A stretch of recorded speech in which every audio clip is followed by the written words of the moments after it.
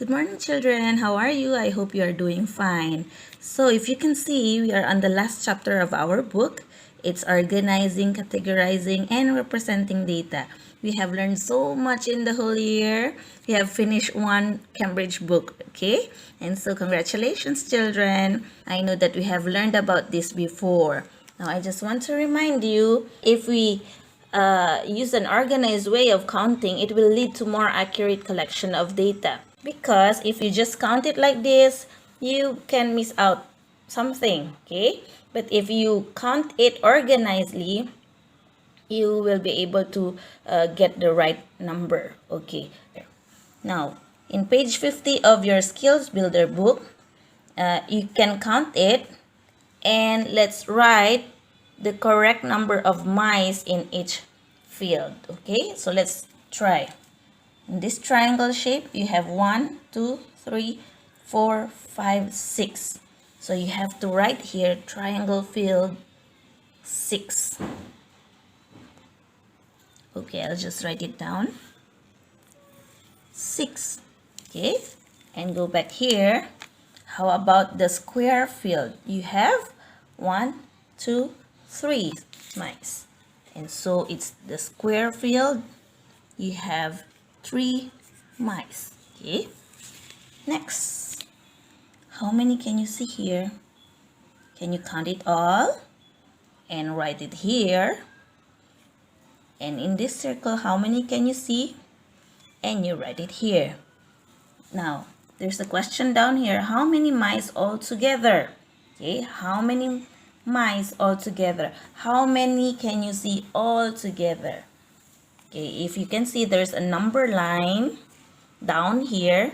You need to add it all together to answer this one. You can use the number line to add them, okay? Now, there's a question here.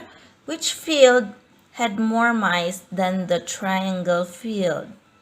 You look at your answers. Which one has the most number? You write it here. Which field? Is it rectangle field, circle field, square field, or triangle field? There's another question. Which field had fewer mice than the square field? So you can see square field here as 3. You look from this data, which one has fewer mice than 3? And you can write it down here. Once again, I will remind you that an organized way of counting will lead to more accurate collection of data. Okay, so what we just did is an organized way of counting, and it will lead us to an accurate data. Okay, so now you turn your book, your learner's book, to page 88, and you can see there a lot of data. Okay, it says there counting data. Class A were asked to pick the favorite meal time from breakfast, lunch, and dinner. Okay, now these are all the data that they have collected. How can you count the data? Okay, you can count them by counting the same pictures. For example, I have here lunch.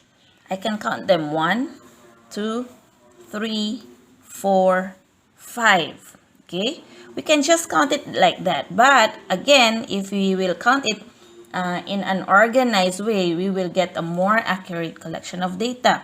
Now, how can you present the data? Remember, we have learned about pictogram and block graph. Okay, again, pictogram is where you will draw you will put the drawings. Okay, but then we cannot cut all of this. So we will be doing a block graph. Okay, I want you to do this one too, your activity. Okay, let's make a block graph. A block graph could represent the data. So you make a line like this. You'll have all the numbers going up from 1 to 10. And you have down here the name of the meal time: breakfast, lunch, and dinner. So I have made one for you, but you need to make for the lunch and for the dinner. Now I want to see one block graph of the favorite meal. How can you do this one? Again, you will count breakfast. How many breakfasts can you see here? You count it 1, 2, 3, 4, 5, 6, 7, 8, 9. I'm counting the same pictures, okay? 9 breakfasts. So I will put here 9 blocks. 1, 2, 3, 4, 5, 6, 7, 8, 9 blocks. Okay, now you have to do lunch. You go back here and count lunch. How many lunch? And you put the block graph here according to the number. Okay? And how many dinner meal time? Dinner. This one is the dinner. You count them all. And you make a block graph here according to the number of dinner meal time. Okay, so I want to see this one too from you, okay?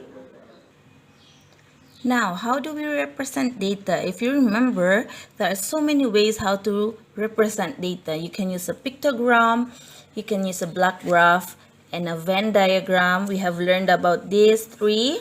Okay, this one use pictures, this one use blocks. Venn diagram have 2 circles, if you still remember them. And now we will learn one more diagram. It's called the Carroll diagram. What's a Carroll diagram? A Carroll diagram is a way of sorting or grouping data in a yes or no way. Okay, if you turn your book to page 89, you can see here a Carroll diagram. Okay, there's an example here, or a collection of stones, and you want to represent the data by using a Carroll diagram. It says they're rough, not rough, gray, and not gray. So you answer it by using yes or no. Is it rough? And is it gray? If it's yes, you put it here. But if it's no, you have to ask again, is it rough and not gray?